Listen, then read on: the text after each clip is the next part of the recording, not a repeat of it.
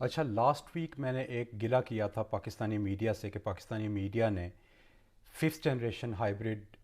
Warfare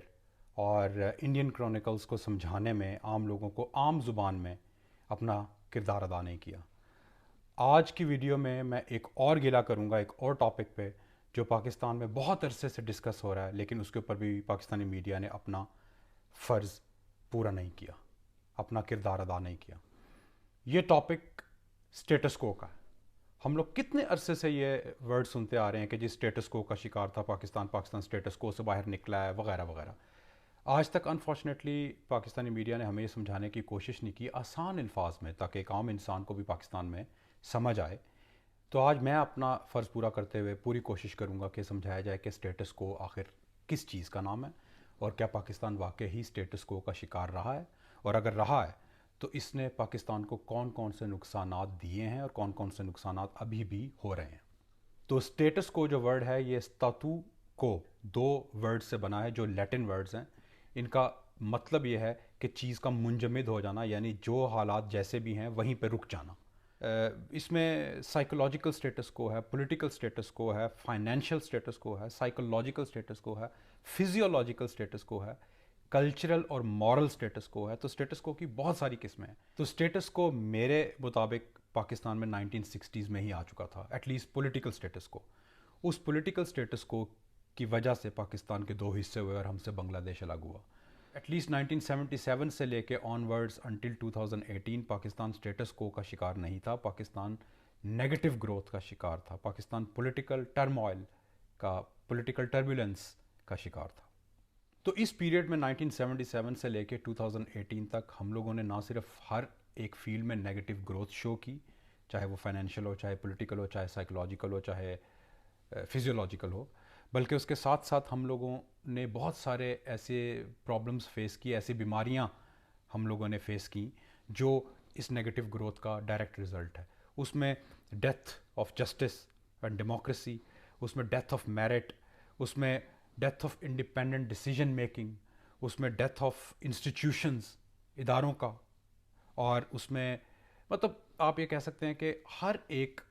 جو aspect of life ایک قوم کے لیے ضروری ہوتا ہے ترقی کرنے کے لیے، اس میں ہم نے ڈکلائن دیکھا۔ تو ان چیزوں کے نقصانات، نیگیٹو گروتھ کے نقصانات اور ڈکلائن جو پوری سوسائٹی میں آتا ہے، اس کے نقصانات بہت سارے ہیں۔ اس میں آپ کو جب میرٹ ختم ہو جاتا ہے، جب جسٹس ختم ہو جاتی ہے، جب ایجوکیشنل سسٹم کھوکھلا ہونا شروع ہو جاتا ہے، جب جو لوگ جہاں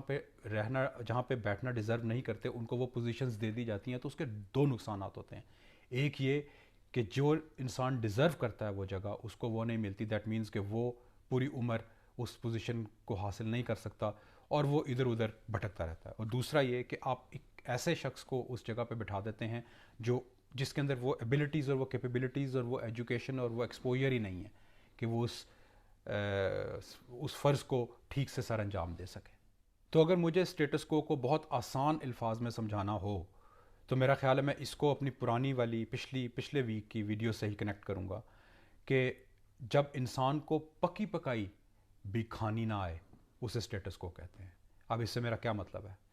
اس سے میرا مطلب یہ ہے کہ آپ ایک لمحے کے لیے ذرا سوچئے کہ اگر وہ انڈین کرونیکلز جو تھے وہ پاکستان کرونیکلز ہوتے ہیں۔ آپ ایک لمحے کے لیے یہ سوچئے کہ ارنب گوسوامی انڈین نہیں پاکستانی جرنلسٹ ہوتا جس کی واٹس ایپ کی پوری کمیونیکیشن پکڑی جاتی، جو وہ حادثے سے 4 دن پہلے کی ہے،